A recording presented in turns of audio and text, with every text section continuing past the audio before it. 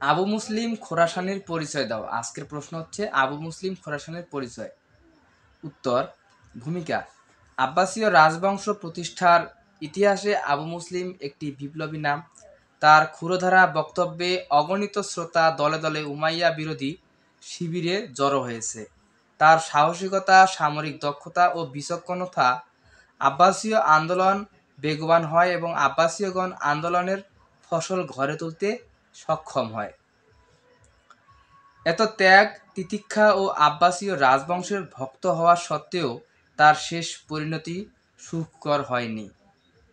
বিশ্বাসঘাতকতার অভিযোগ এনে তাকে নির্মমতায় হত্যা করা হয়। আবু মুসলিম খোরাসানির পরিচয়। আবু মুসলিম আরব বংশোদ্ভূত একজন ইস্পাহানিবাসী ছিলেন। সম্ভবত তিনি পারস্য দেশীয় ক্রীতদাস ছিলেন এবং কুফায় বানু ইজলের অধীনে কর্মে নিয়োজিত ছিলেন।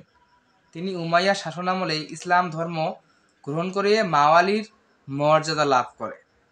737 খ্রিস্টাব্দে তাকে আল মুগিরা ইবনে সাইদের অনুসারীদের মধ্যে দেখা যায়। 745 থেকে 46 খ্রিস্টাব্দে খোরাসান প্রদেশে বিপ্লবী আন্দোলন পরিচালনার উদ্দেশ্যে প্রেরণ করেন।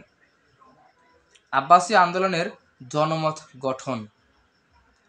আবু মুসলিমকে আব্বাসীয়দের অনুকূলে জনমত গঠনের জন্য খোরাসানের নিযুক্ত করা হয়। খোরাসানের একটা বিশাল অংশ ছিল শিয়াপন্থী এবং আরবদের দ্বারা নির্যাতিত। আবু মুসলিম তার বক্তৃতায় প্রকাশ্যে আব্বাসীয়দের আন্দোলন চালিয়ে যেতে লাগলেন। শিয়া তথা ফাতেমীয়দের সমর্থন আদায়ের জন্য তিনি নিজেকে হাশেমীয়দের সাথে আন্দোলনের কথা প্রচার করেন।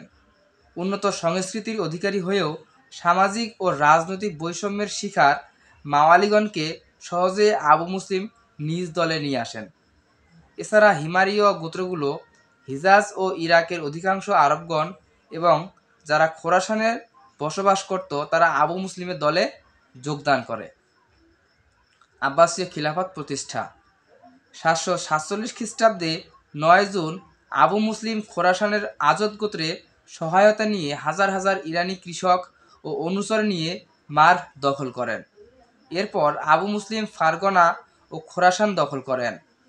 আবু মুসলিম খোরাসান ও ইরাকের স্বীয় কর্তৃত্ব প্রতিষ্ঠা করে 749 খ্রিস্টাব্দে 30 অক্টোবর রোজ বৃহস্পতিবার আবুল আব্বাসকে মুসলিম জাহানের খলিফা ঘোষণা করেন। উমাইয়া খলিফা দ্বিতীয় মারওয়ান কুফার প্রধান মসজিদে আবুল আব্বাসের খলিফা ঘোষিত হওয়ার সংবাদ শুনে আবু মুসলিমের বিরুদ্ধে অগ্রসর হন। ফলে উভয় পক্ষের মধ্যে 750 খ্রিস্টাব্দে জানুয়ারি মাসে জাবের যুদ্ধ সংঘটিত হয়। এ যুদ্ধে উমাইয়া খলিফা দ্বিতীয় মারওয়ানের পরাজয়ের ফলে উমাইয়া বংশের পতন ঘটে এবং আব্বাসীয় বংশ প্রতিষ্ঠিত হয়। আবদুল্লাহর বিদ্রোহ দমন। আবু জাফর আল মনসুরের সিংহাসনে আরোহণের সাথে সাথে আবু জাফর আল মনসুরের চাচা আবদুল্লাহ বিন আলী খিলাফত লাভের প্রত্যাশায় বিদ্রোহ ঘোষণা করেন।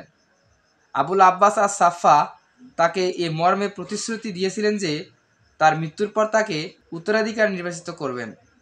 প্রতিশ্রুতি ব্যতিক্রম হওয়ায় ভাতিজা আবু জাফর আল মনসুরের বিরুদ্ধে বিদ্রোহ ঘোষণা করেন। নাসিবিনের সন্নিকটে উভয়ের মধ্যে তুমুল যুদ্ধ সংঘটিত হয়। যুদ্ধে আবদুল্লাহ বিন আলী পরাজিত হয়ে বসরার গভর্নর ও ভাই সুলাইমানের নিকট আশ্রয় গ্রহণ করেন। পরবর্তীতে আবদুল বিন আলী ও তার ছেলেকে হাশিমিয়া কারাগারে বন্দী রাখা হয়।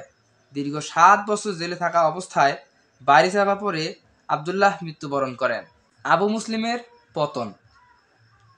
খোরাসানে আবু মুসলিম যে প্রভাব প্রতিপত্তি বিস্তার করেছিলেন তা খলিফা আল মনসুরের ভয় ও ঈর্ষার কারণ হয়ে পড়ে, যার দরুন খলিফা আল মনসুর আবু মুসলিমকে হত্যার পরিকল্পনা করেন এবং প্রসাদে আমন্ত্রণ জানিয়ে গুপ্তঘাতকের দ্বারা হত্যা করেন।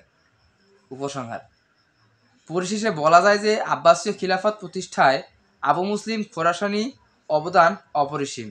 তিনি একজন বিখ্যাত কূটনীতিবিদ, সংগঠক, রণকৌশলী এবং জনপ্রিয় সেনাপতি ছিলেন।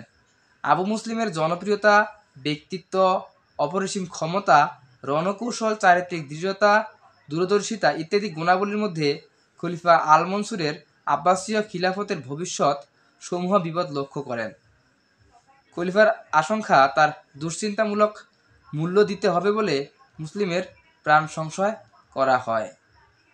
আজকের ক্লাস এটুকুই। দেখা হবে নতুন কোনো ভিডিওতে। ভালো থাকবেন, সুস্থ থাকবেন। আল্লাহ হাফেজ।